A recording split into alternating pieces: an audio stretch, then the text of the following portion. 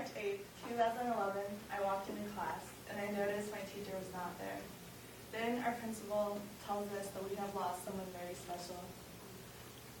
The whole class starts tearing up as we realize we have just lost a classmate to suicide. We were all in shock because we were all wondering how someone as outgoing as him, as loud as him, and as funny as him would want to take his own life. The questions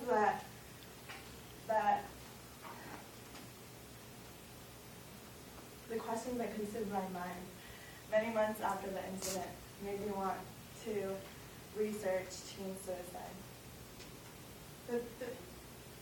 There are many causes of teen suicide, but I will be talking about 3 of them today. And I will also talk about suicide prevention. The 3 causes I will be talking about could be history of depression or mental illness, drug or alcohol abuse, and stressful life events in a teen's life.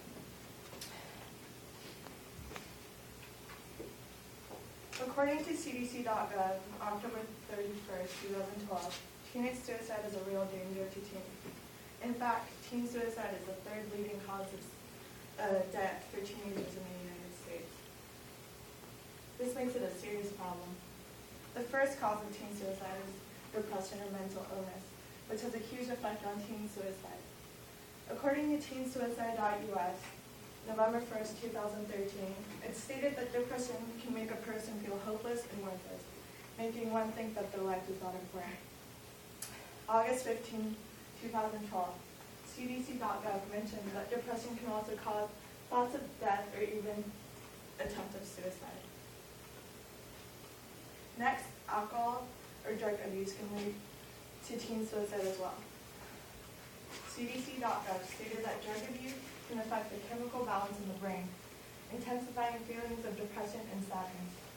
The drug abuse can also become increasingly necessary, both physically and mentally, and this can lead to unpleasant feelings associated with being out of control. Another cause of teen suicide could be stressful life events in the teen's life. Teensuicide.us talked about the stress of school and having a social life in today's world. It can be very hard on teens. Family problems can also cause teens to become very unhappy and stressed, both at home and at school.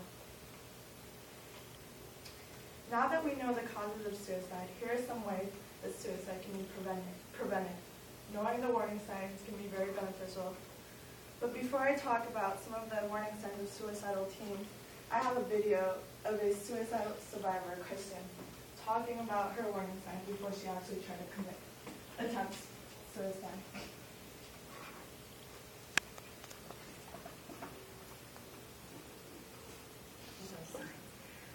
Some of the signs that I exhibited were a loss of appetite. I was sleeping a lot.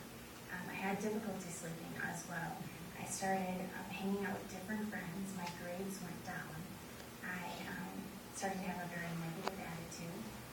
Some kids will start to, when they are suicidal, they will start to give away their prized possessions. Some kids will write a letter. A suicide letter is a very, clear sign. And really just starting to act very recklessly with their lives.